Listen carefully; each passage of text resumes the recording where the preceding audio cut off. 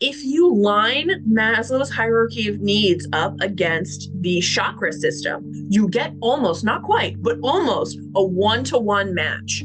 So you have this psychologist from, I believe it's like the 1960s, saying essentially the very same thing that yogi practitioners were saying about our body's energetic needs, right? Thousands of years earlier.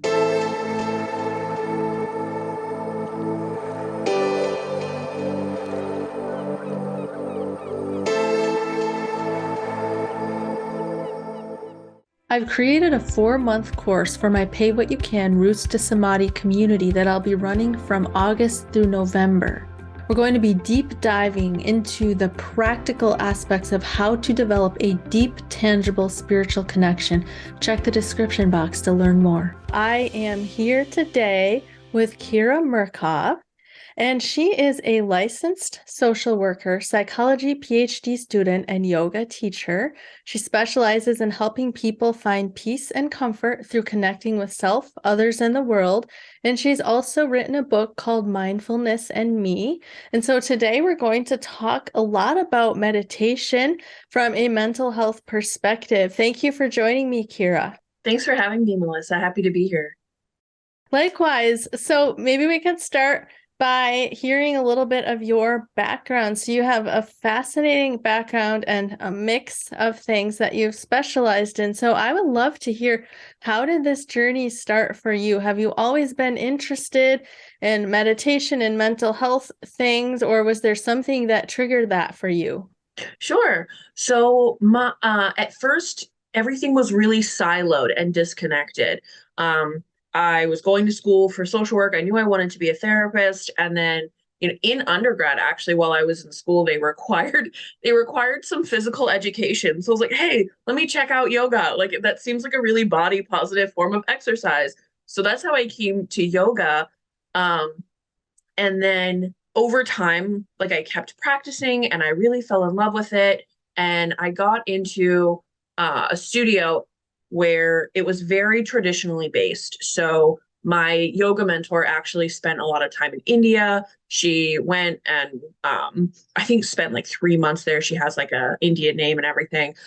So at first it was really different. Like I had my professional life over here and then like my yoga life over here. And then over time, I started um, to integrate them just through kind of noticing in myself how things were changing. And then also in the mental health world, they're starting to integrate mindfulness more and more. It used to be, not that long ago, even now, really, depending on who you talk to, mindfulness is really kind of like a fringe concept in the mental health community. Like not too many people are familiar with it.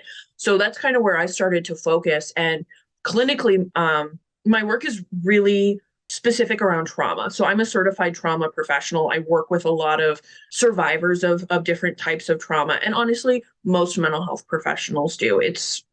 There are a lot more people who have experienced a trauma than anyone would care to believe.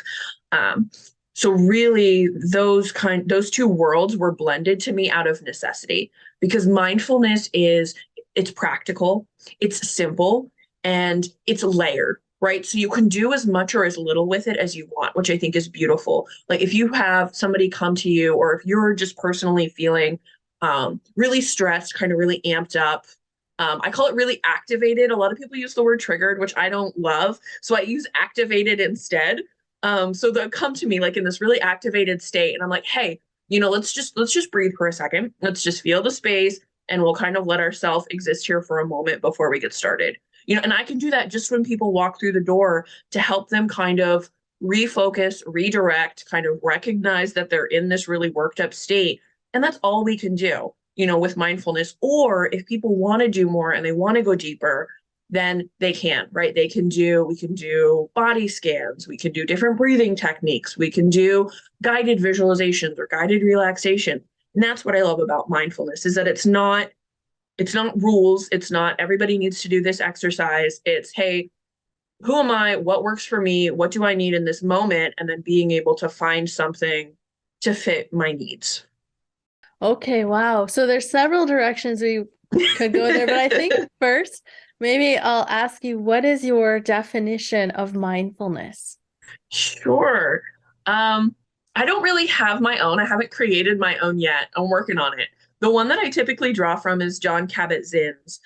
So to kind of paraphrase, because I don't have it here to read from, it's essentially mindfulness is paying attention in a specific way, on purpose, non-judgmentally, kind of with this idea of acceptance. And he adds at the end in some of them in the service of wisdom.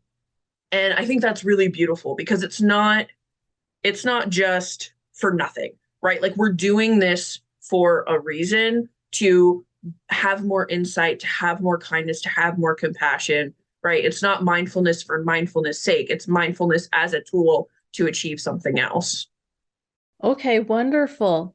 So it's interesting to me. You were describing how mindfulness has been a fringe concept in some communities, and it's so true here in the West that it's almost like people fear it, Mhm. especially in the religious communities, like the Christian circles that I was raised in. It was like Yeah.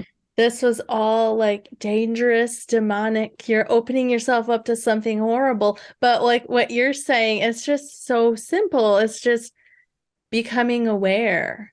And Mhm. why do you think it is that people have been so afraid of this? It's so funny because I grew up in a really close-knit Christian community. So like I grew up in the type of community where it's like we don't meditate. Like that's what the Buddhists do. You know what I mean? Like I grew up like that. And I've actually the community that I grew up in, that's part of the motivation for this book. Like I tell people my book is as much mindfulness in me is as much about myth busting as it is about anything else, right? Like it's about seeing mindfulness for what it is without having these misperceptions that it's, a Buddhist religious practice or that it's, a Hindu religious practice or whatever religion you want to throw in there, which is so funny because in some translations of the Christian Bible, it says meditate. Like it literally has the word meditate in there.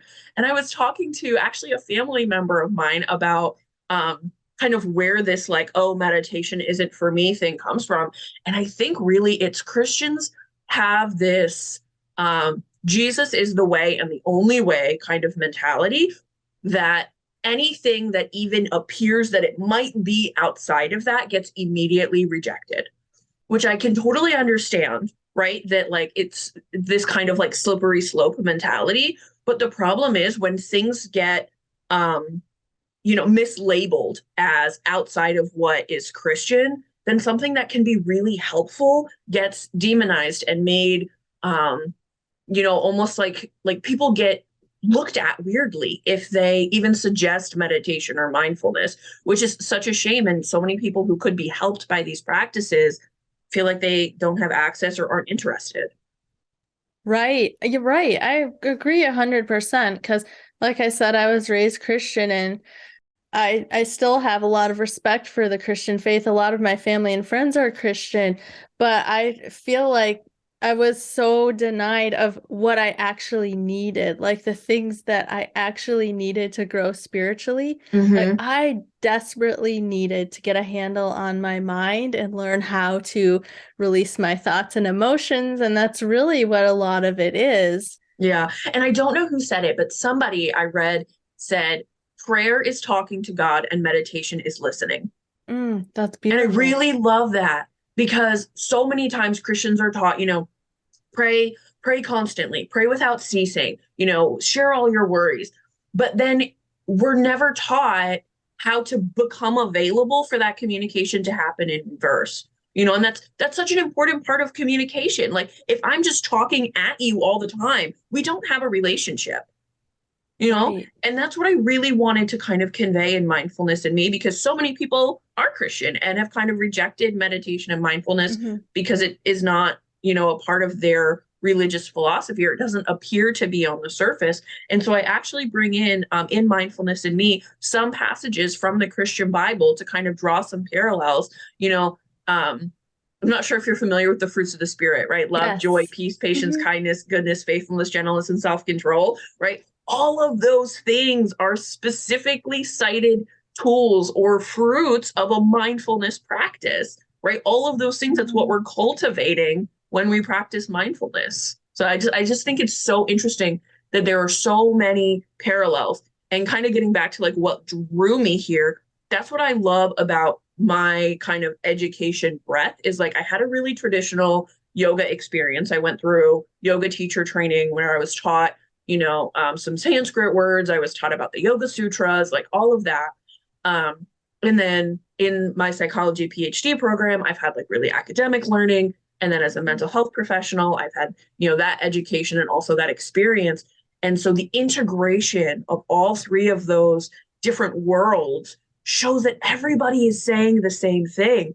And I love this because it really all comes down to keep calm and be kind to yourself and others. That's literally what Wow. everyone is saying. It's literally that simple. Wow, that's beautiful. I love that summary. I was actually, I was really mad a little bit when I realized that 3 years of research boiled down to me. Oh, that's funny. Okay, so that leads me to a question I was going to ask you. In your Mhm. book, you said that the same concepts are repeated over and over again by yogis, Buddhist monks, Japanese Zen practitioners, Roman Stoics, and Greek philosophers, French Mhm. philosophers, and even Freud and his descendants in modern psychology. I'm quoting the book there. So, Mhm. there's certain truths about life that reappear throughout time and place, and I love that. And could you share what some of those truths are that you've discovered? Sure. So one of my favorites that was absolutely mind blowing when I realized, so I love to share it with people. If you are you familiar? Well, here, let me explain it because not all of the listeners may be familiar. So there is this thing, um, and it's called Maslow's hierarchy of needs, and essentially it's a pyramid, and there are different tiers, and each tier is a different type of need or category of need that people have. So the very most basic need is safety, food, and then you get up and you have needs for like love and belonging, and then at the very top you have self-actualization. So there are like 7 tiers. The crazy part is that if you line Maslow's hierarchy of needs up against the chakra system, you get almost, not quite, but almost a one-to-one match. So you have this psychologist from, I believe it's like the 1960s, saying essentially the very same thing that yogi practitioners were saying about our body's energetic needs, right? Thousands of years earlier. And like I said, it's not exactly one to one, but it's extremely close. And a whole week of practices in mindfulness and me is dedicated to kind of the chakra paradigm, but through this lens of satisfying needs, right? And that it has to be done in this kind of stepwise nature. So if we don't feel safe, if at our core we don't feel safe, we are not in a place where we are able to connect with other people and develop relationships. No matter how hard we want to, no matter how hard we try, if we're not able to feel safe, it's just not happening. Maslow said it and the yogis said it. Wow, that is amazing. I did not realize that. And I've heard the chakra system compared to other things like Stephen Hawking's scale of consciousness. So it's almost like the same thing is repeated over and over and over. But I never thought about Maslow's hierarchy of needs. Yeah. And, it's probably because it gets drilled into our head when we go through like training as a therapist, because they tell you when you're working with clients, like you can't work above where the client's at. So if a client is coming in struggling with homelessness or, food scarcity, right? You can't work on like, creativity. It's just not going to get the client where they need to go. You're kind of wasting your time and their time. I'm really glad that you brought that up. I think it's such an important point. I was just speaking with someone earlier today. I don't know if you're familiar with Matt Kahn. He's a wonderful, lovely soul, but he was saying something very similar, that until we're able to meet the basic needs of the world, there's so many people who are starving. Until we're Mhm. able to create food for these people, we can't evolve into a higher state where we can experience love and oneness with each other. Yeah. And the other point, too, kind of the flip side of that is some things register to our mind and our body as safety issues that we don't have the like conscious awareness to recognize that it's a safety issue.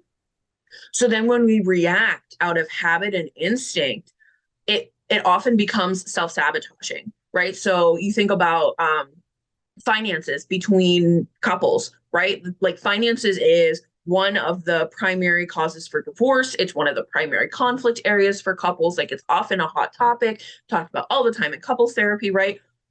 I'm a firm believer, and I'm sure that there's research to back me up, and I could probably find it. But I'm a firm believer that money issues register to our brain and body as a safety issue because money equals food, shelter, safety, transportation, etc. So if our money is threatened or we feel like our money is threatened, it registers to us as a safety issue. And that is that baseline need that we have, right? So then when we interact with somebody, we're not interacting out of a place of connection, we're interacting out of a place of fear.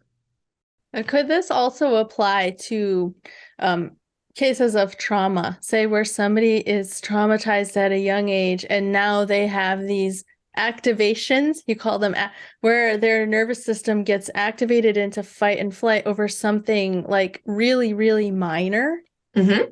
Yeah, absolutely. Mm-hmm. And not only can we kind of observe that and see that happening, but science has also caught up and we have like the neuroscience evidence. There's a part of the brain that's essentially the alarm system.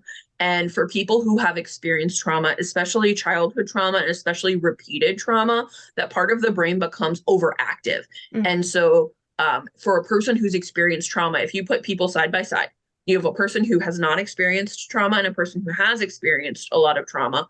They might experience the same situation, but their brain processes it very differently because that one person has an overactive alarm system. And so something that the other person might just kind of notice and be like, oh, huh, that's weird. This person's like, oh my God, what am I going to do? You know? And then we're in that space where we're tense, we're fearful, we're uncomfortable, we're pulled out of the ability to connect with other people. And so then also we're kind of feeling isolated. And then it just kind of snowballs and goes from there, which, you know, I'll slide in as a great place for mindfulness to come in and intervene. Because not only with a mindfulness and meditation practice are we kind of retraining or helping the body to be able to feel relaxed and feel comfortable, right? That's one major benefit of a mindfulness practice is just the relaxation. But the other side of it is once we get a baseline for being able to feel relaxed and comfortable, we're more able to notice when we're outside of that. So I can say, my body's having a reaction to this. And then you can get curious, right? And if you want, you can kind of help walk yourself off the ledge a little bit. Like you can talk to yourself kind of, and you can be like, oh, hey, I noticed this. And I know that my body's having a reaction. Bodies have reactions. I'm going to be, you know, kind and compassionate with myself through this and give myself what I need to continue to be functional and not self-sabotage because my body's having a reaction. Wonderful. So let's get into this topic of trauma, because you said that's one of your specialties. And like you said, so many more people are traumatized than we would like to admit. And I see this just in my interviews with people. It seems like more people have experienced childhood trauma than have not. And such a common thing. And my perspective on it is maybe we're this generation, like our generation, is maybe the first generation that's had access to sort of work through and start healing these traumas. And so it's coming up more and more. But I would love to hear your perspective as a mental health professional, how mindfulness and meditation can be used to help people work through their trauma. Sure. So it's a big question of, you know, why all of a sudden have these people, you know, are these people saying like, oh, I've been traumatized? And there's a lot of like stigma and kind of judging that happens alongside that. Like, I think of the term like snowflake, right? Like that's often used to kind of describe a person who is, you know, identifying as a person who's experienced trauma, and people are kind of looking in on that being like, oh, there's no way they've experienced trauma, which is both unhelpful and I would say often inaccurate. Because if you're just seeing that person, like you know nothing about their life. You know what I mean?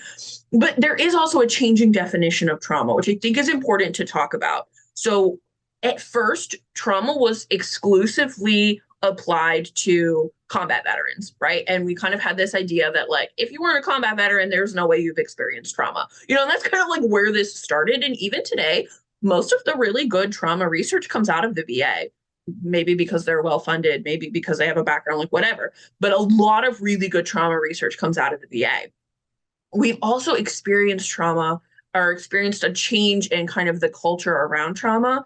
And Bessel van der Kolk has been doing a really good job. He does research and treatment around looking at childhood trauma and then also like repeated traumatic experiences. And so now we're saying not only is it combat veterans, not only is it people who have experienced a life or death situation, which was kind of the next step, is like, okay, it's not just combat veterans, but like if you were in a really serious car accident and almost died, maybe we could say that that was a traumatic event, right? And even now, like the DSM, the Diagnostic and Statistical Manual that mental health professionals use to diagnose people who come in for treatment, that's still the criteria is like it had to be a life or death experience, or you watched a life or death experience to someone you cared about, you know. But even kind of we're beyond that, not necessarily in the DSM treatment world, because they sometimes take a little bit to catch up. But we're also saying, like, if you were a child and you lived in a home maybe where dad wasn't present, mom was severely depressed, so your mental and emotional needs were neglected, or maybe mom was sometimes present, sometimes not present, so you had this really inconsistent caregiving. We're now seeing that down the line, the effects of that are just as severe, sometimes even more severe than a person who experienced a one-time near-death car accident. So it's not about necessarily the objective severity of one event, which they actually did have. They had like this rating scale where your event, you know, was ranked somewhere 0 to 100 on like how traumatic it was, which now we know is completely ridiculous, because what matters is how individuals are experiencing an event, right? So what might be traumatic and cause down the line consequences for me might not for you. And that could vary based on history of experiences, your social kind of culture, like do you have social supports, how many other resources you have, et cetera, et cetera. The list goes on, right? So it's all of these different factors. And again, this is where meditation and mindfulness come in, right? Because it's not prescription based, it's not cookie cutter, right? It's not you come into my office, we do, you know, this exercise today, this exercise tomorrow, that exercise the next day, and then, you know, you're good to go, you know how to relax your body.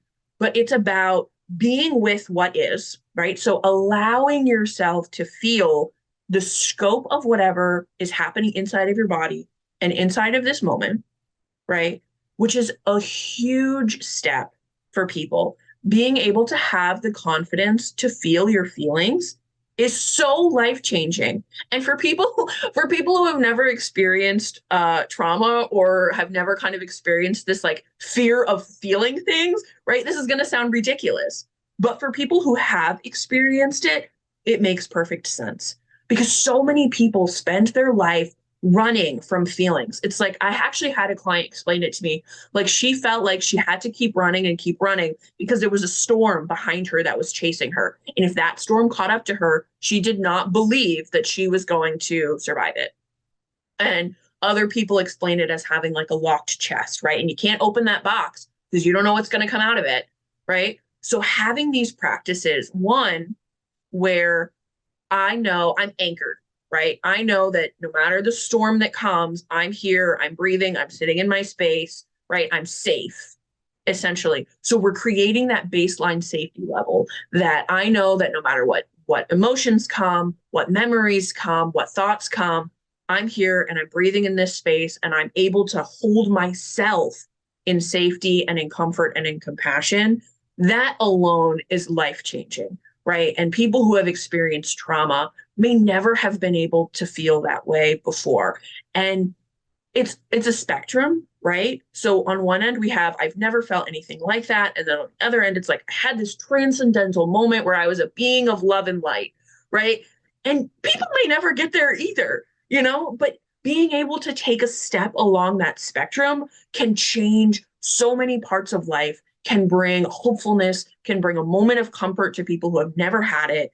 You know, it can be life-changing, even if we never get to that, like, oh, I'm a floating ball of light. Like, and people laugh, but like sometimes people have those experiences and those are beautiful. But I'm of the belief that it's just as beautiful to go from, I hate myself and I think I deserve to be dead, to, hey, I'm allowed to be kind and compassionate to myself. Like that is huge, and it opens a door for feeling that before people had these practices never felt accessible, you know, and feeling like I have to run from or hide or lock away a part of myself is a really big barrier to wellness. And it takes so much mental energy. You know what I mean? To kind of have to like keep that tamped down all the time. Like that's a big part of mental energy and it impacts so many different parts of life, right? Social, intimate relationships, parenting, personal relationship with self, creativity, job performance, right? The list goes on and on. Let's not even get into physical health, right? Because then you get all of these illnesses that become so much more likely with people who have experienced trauma, up to cancer, you know? And again, the research is kind of starting to catch up with this, that it just increases inflammation in the body because we're so worked up, we're so tense all of the time that our digestive system isn't working right, our respiratory, our cardiac, like all of it is just getting tired, immune stuff. So people are getting flus and coughs and things. It's just, it is a wide array of stuff that just sitting, right? And just feeling yourself sitting and feeling your lungs expand with the inhale, contract with the exhale, reminding your shoulders that they don't have to be up in your ears, reminding your face that it's allowed to be soft. Like it's so simple, but when you feel it, it's so powerful. Wow, thank you so much for sharing that. And I think this would be a good time to talk about what the practice of meditation is, because Mm-hmm. in your book, you talk a lot about how people think meditation and mindfulness is stopping the thoughts. And Mm-hmm. you have a different definition of that. So could you explain what that is? Sure. So traditionally, there are different styles of a meditation practice. And often, just for simplicity, I kind of talk about meditation and mindfulness together. But in Mindfulness in Me, I do talk kind of about the differences, like what is a meditation practice and how is it different from a mindfulness practice. So I'll kind of touch on that a little bit here. But I think one of the things that really turns people off to meditation is thinking that they have to clear their mind, right? And people are like, I can't do that. Like, I'll just sit there and kind of like struggle with myself and it'll just be awful. And then I'll get not doing it right. And it ends up being more stressful than it is anything else, right? And so that is why I like to think more about meditation as um, this has a little bit of a story. Melissa, is it okay if I tell a story? Yes, please do. Okay, this is one of my favorites. So I think about it like giving the elephant a piece of bamboo.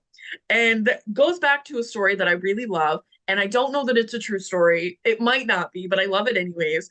So there was this village in India, small village, but they had this elephant, and the elephant was the most prized member of their community. They were so proud that they had this elephant. And every year they would have this big festival, and they would walk the elephant down the main street of the village. And every year the elephant would just his trunk would just be everywhere, right? Like knocking bananas off of carts, knocking roofs down, like knocking poles out from things. Like it was just chaos. But they loved this elephant and they were so proud of it that they wanted to keep the elephant in the festival. And one year, the elephant handler gave the elephant a stick of bamboo. And the elephant held up that bamboo so proudly and marched through the festival. And his trunk was so steady and so still because he had this piece of bamboo to hold on to. He had a task and a purpose. And that's how I think about our anchor in a meditation practice. Because if we don't give our brain something to focus on, it flounders, right? It just flails around looking for things to kind of land on or to think about. And because our brain as a body organ is its purpose is problem solving, right? Like your brain's literal task is to take in information and figure it out and problem solve and fix things so that you can be safe and comfortable all the time. That's your brain's job. So if you don't give your brain something productive to do, or if you don't like the word productive, something that you want it to be doing, more than likely your brain is going to fixate on a problem because that's what brains do. So in a meditation practice, oftentimes we choose an anchor, right? And I like to start with breath. So no matter what meditation practice you're doing, I like to start with breath because it's a good entrance into the body and into your current state of being. It's really accessible. It's always there. So you can start with kind of just checking in. There are a couple ways to do it. You can observe natural breath, which is just to try to kind of watch what's already happening without changing anything, which is really hard to do. I challenge you, check it out, because you'll notice as soon as you start watching it, it changes. And that's just what happens. Um, the Buddhists say that, and psychologists say that. It's called observer bias. As soon as you start watching something, it changes. And Thich Nhat Hanh, Buddhist monk, says that when you bring the light of awareness to something, you naturally transform it. So, breath is a really great starting place for meditation. When you are trying to practice meditation for the purpose of healing, or especially if there's some trauma involved, if you're looking for, if you know that there's going to be some challenging stuff in there, I highly recommend doing your meditation in a place that you trust to be safe and comfortable. It doesn't necessarily need to be free of distractions, but it needs to be a place where your nervous system is okay not being hypervigilant. And what I mean by hypervigilant is not being on guard or on the lookout, right? Because so often our nervous systems believe that they need to be watching everything and in a way as to kind of like anticipate an attack, which is different than the kind of observing we do, like, hey, how are my feet feeling? How are my knees feeling? Because we don't think our knees are going to be attacking us, right? So that's kind of a mindful accepting observing. So be in a place, and honestly, even if you can just kind of establish this place and sit in it for a little while, I guarantee it will be helpful for you. But be in a place where your nervous system can say, like, okay, I'm allowed to feel safe here, right? And again, that is one end of the spectrum. So even if we can just kind of be in the middle, right, then our nervous system is getting some relief. So something is better than nothing. So we're in this space where we feel safe and comfortable. We've positioned our body in a way that our body is as comfortable as it can be. You don't need to sit in lotus. In fact, unless you're trained, I would recommend you don't, because you'll blow your knees out. But you don't even have to sit on the ground. You can sit on a couch. You can be curled up in whatever position you want, right? Unless you want to practice meditation consistently in some kind of like routine practice where we need to make sure that the way that you're sitting isn't causing damage to your body after long periods of time, sit in whatever way that your body is not going to distract you from whatever practice you're doing, right? So we're in the safe and comfortable place. Our body is in a comfortable position. Maybe we've got blankets, pillows, whatever. And then you can kind of ask yourself, like, what do I need to be even 5% more comfortable? And I love this as a self-love practice because we're asking ourselves, what do I need in this moment to feel more comfortable? And then we're honoring whatever that answer is, whatever, and no matter how silly. Do you need some chapstick? Do you need some socks, a pillow, right? And so it's an act of self-love for you to actually make those changes that your body is asking for. And then once we are comfortable with where we are and how we're positioned, we can go into the breath and we can just be the observer, or we can take 3 rounds of a clearing breath in and out. And then we can either stay with the breath or we could choose a different anchor. And again, the anchor is whatever thing we're going to be coming back to whenever our mind tries to distract us with other stuff, right? There's one practice that I really love because it's kind of a choose your own adventure. And so the way that it works is if you want to feel more alert, you want to feel focused, you want to feel like you can concentrate really well, you focus on just the sensation of the air coming in and out of your nostrils. So it's easiest if you close your eyes so that you don't have the distraction of like visual stuff going on, but you focus just on air coming in and air coming out at the very tip of your nose.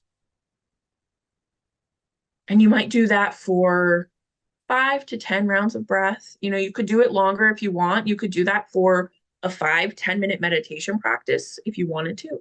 You could also do a shortened version as a mindfulness practice. And this is a little bit where we get into the difference.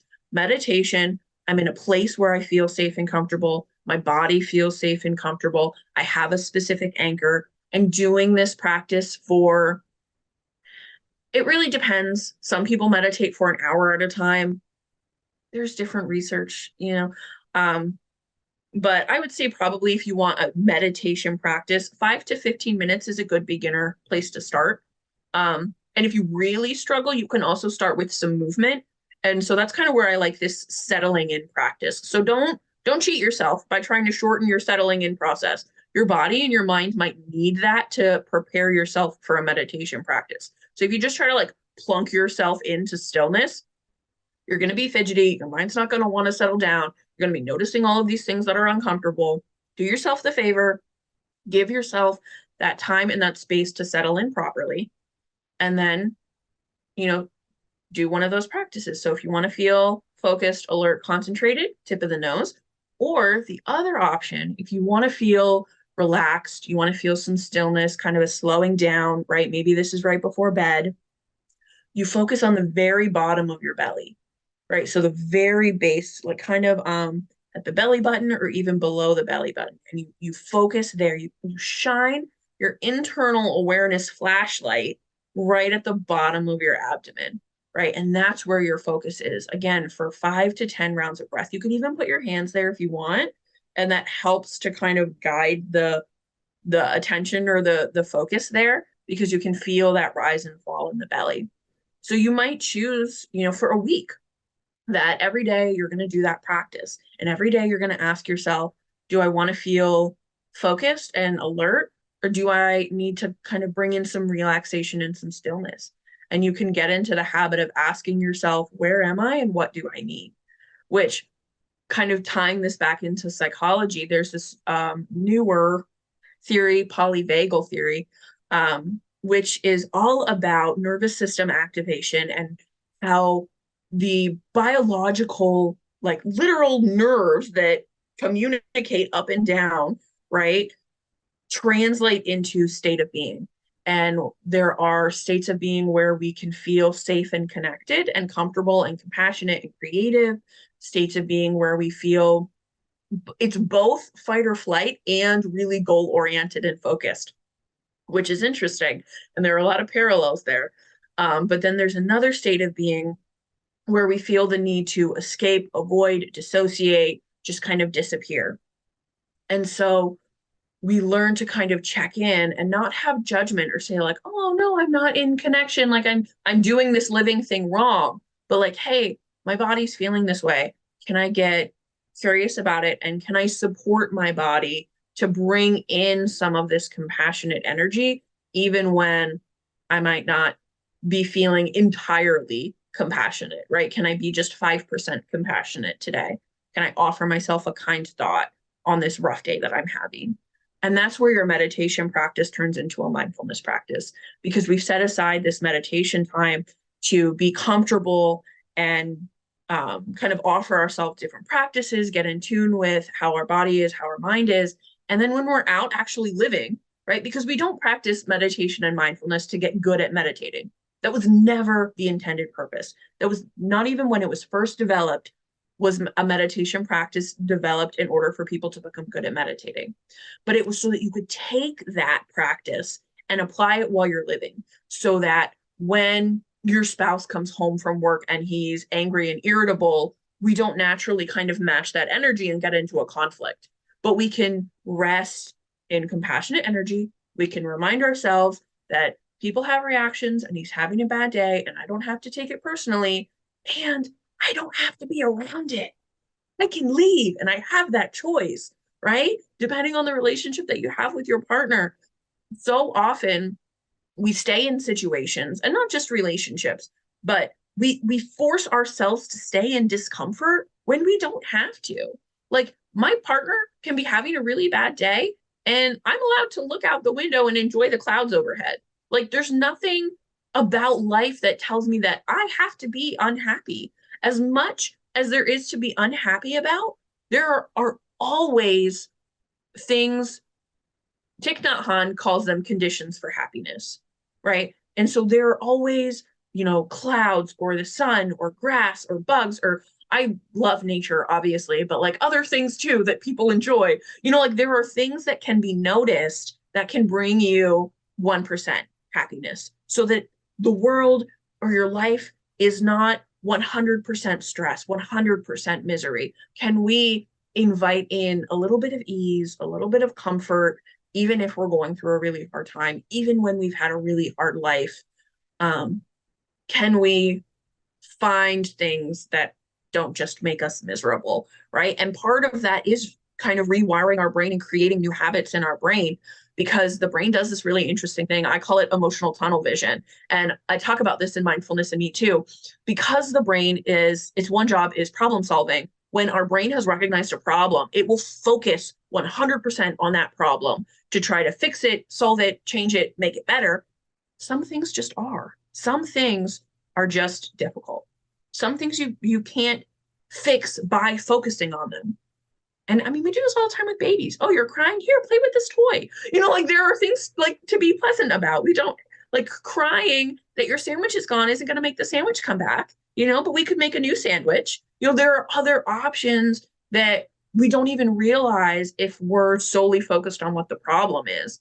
And that's a kind of another benefit of meditation translating into mindfulness, is that we give ourselves the power to feel a broad spectrum of things. We're not led around or forced to feel whatever our brain is deciding to focus on based on the conditioning that our brain has received about what it needs to pay attention to, which, if we're a person who's experienced trauma, is going to be stressful and traumatizing things.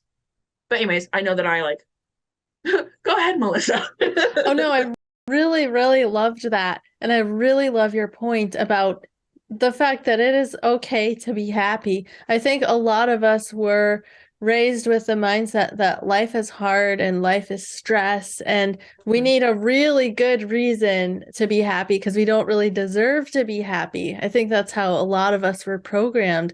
So I really love your point there that it's okay to be happy. We have that choice at any time. There's always things to choose to be happy about.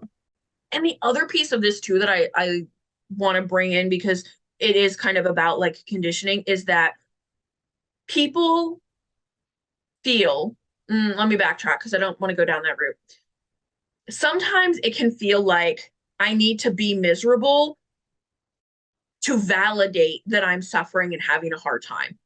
And so it's like, oh, if I'm still able to be happy, then I must not be having a hard time. Like what I'm going through must not be that bad because I'm still able to be happy. And that's not the case. Your suffering, your pain, your hardship, your trauma is just as valid if you let yourself enjoy the birds singing, right? It doesn't take anything away from the pain that you're experiencing.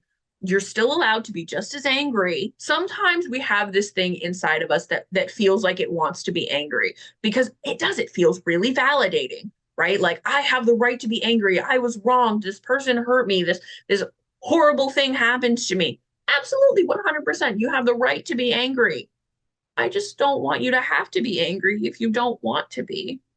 And that's kind of where I like to bring this into, is like, it's not a matter of invalidating your feelings by allowing yourself to feel multiple things. It's giving you the power to be able to feel multiple things if you want to make that choice. Wonderful. Another thing I like to touch on that is in your book that I find really interesting is you share a lot of the different yogic breaths. Well, I should say first, you share a lot of different meditation practices and walk people through those, which is something I really love about it.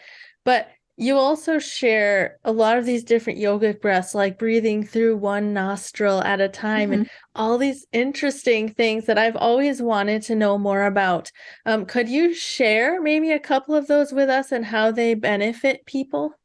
Sure. So one of the ones that people have heard of a lot and actually usually don't like is the box breathing. And typically people don't like it, and they say that it makes them feel more anxious and they feel like they can't breathe, and they just really had a bad experience with mindfulness. And fun fact, they've done some research, and people's experience with mindfulness, like if they had a good time, bad time, beneficial, not, is directly related to the training of the teacher. So if a person who's not familiar with mindfulness is trying to guide a mindfulness practice, people are more likely to have a bad experience, which makes total sense. But that's part of the reason that I wrote Mindfulness in Me the way that I did, because it has step-by-step instructions for guiding. And so if you want to be able to lead people through these exercises, it's laid out like that for you, with stuff kind of around cueing to go along with it to help you. But the box breath, I really actually love as a practice, but I tweak it a little bit. So traditionally, box breath is taught: breathe in to a count of 4, hold for a count of 4, breathe out for a count of 4, and then hold for a count of 4. But I prefer it this way: breathe in and notice yourself filling up, pause to feel full, breathe out to notice yourself emptying, pause to feel empty. And then you can repeat that. And you get those 4 pieces, but I get to pace it myself, and I get to be kind of in the experience with my lungs and giving my body the amount of air that it needs, right? Instead of like, here, let's try it the other way, and you can feel the difference. So breathe out fully, right? And then in, 2, 3, 4, hold, 2, 3, 4, out, 2, 3, 4, hold, 2, 3, 4. Do you want to share your experience with the 2 versions? Yeah, well, I've done the box breathing before and I personally enjoy it, but I Yeah. also have I have a type of it's called sleep apnea, but really it doesn't just happen when I sleep, where I have a really low respiratory rate naturally. So it Mm-hmm. hasn't bothered me and I found it really peaceful to do the box breathing. But the difference between the two, like what you were saying, is when you're not counting and forcing yourself to, like, I gotta hold my breath for 4 seconds. I can't breathe for 4 seconds. It can cause more anxiety. And it's really intuitive to just go with your body. And I think that you can feel into those pauses more when you're Mm-hmm. just listening and feeling your body, and then you're able to breathe whenever you need to. Yeah. And for me, personally, my experience with box breathing, and maybe it's because I've been practicing for a while, but I'm able to kind of let myself get stuff from it and kind of enjoy Mm-hmm. like being led and enjoy the experience. So I'm able to kind of be that way, but naturally my body is like, this feels really like militaristic. Like I feel like I'm like marching, and it just Right. feels really like tight. Like it almost gets like suffocating and claustrophobic. I'm like, I don't have space in this breathing practice, which might sound Right. really weird, but that's kind of like embodied how it feels. Mm-hmm. Yeah, that makes sense. But that's kind of one that I love. And you can do it either way. So if your body's like, hey, I really love this 4 count. I love being able to count my breaths. It gives my brain enough to do that it's not pulling me elsewhere. Go for it. I'm not saying at all that it's like a wrong way to breathe. But for people who feel stuck in that breathing practice, there are other ways to still get benefits from box breath. And so some of the benefits of box breathing are being able to slow down your respiratory rate. Box breathing is actually one that divers use to help increase their lung capacity. And so over time, the practice helps your lungs to be able to accept more air in, so that your breath rates can be slower and smoother. It also gives you the skills kind of around just regulating your breath, right? And so that's a big um, practice or skill. It's really important for a lot of people because biologically we have automatic functions and semi-automatic functions. So semi-automatic means like my brain will naturally control it whether I'm paying attention or not, and also I can control it if I want to. Mm-hmm. Versus fully automatic like heart rate, where I could not get my heart to beat at the rhythm that I want no matter how hard I try. Like I just don't have that control. However, our breath rate is our key into those automatic functions. So if I slow my breath rate down, I also slow down my heart rate. And when I slow down the heart rate, I slow down the transportation and the circulation of stress hormones throughout my body. So it has this domino effect of being able to relax and slow down those other body functions that I wouldn't normally have control over. Well, Kira, this hour has just flown by so fast, and I feel like I'm cutting it off right in the middle of a really good conversation. I could talk to you for so much longer. But I'd like to give you a chance to share where the viewers can find you and where they can get a copy of your book. Sure. So I have created my own online virtual wellness space. It's called Connections Mind Body Wellness. Melissa, are you putting those links with the video or Yes. should I share that? I will put the links in the description. Beautiful. Awesome. Thank you so much. So that's my virtual online wellness space. You can purchase a signed copy of the book there, and I will mail it to you if you are so inclined. You could also purchase the book from retailers like Amazon, Barnes and Nobles. I've also seen listings on Thrift Book and Walmart. It's on all kinds of places. But on my online virtual wellness space, I have a free resources tab. And on that tab, you can find guided meditation practices, yoga videos, mindfulness videos. And I know that you can find all of those things on YouTube for free. Also, what I think is different about my videos, and I know everybody says this, but what I really believe is different about my videos is I know and I fully trust that all of them are trauma sensitive and come from a mental health perspective because I am trained and certified and licensed in all of those three areas. So for people who are looking for those overlaps, right? I am a person who's experienced trauma, or I'm a person who struggles with mental health, and I want these practices to be healing and rejuvenating for that.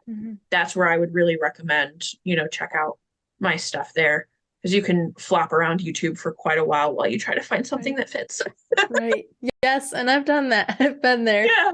Yeah. Yep. But on there, I also have live classes. I do meditation classes, yoga classes. So those are live. You can sign up if you want to do that. All kinds of different stuffs. Wonderful. Kira, thank you so much for being willing to have this conversation. I've learned a lot and I've really enjoyed talking to you.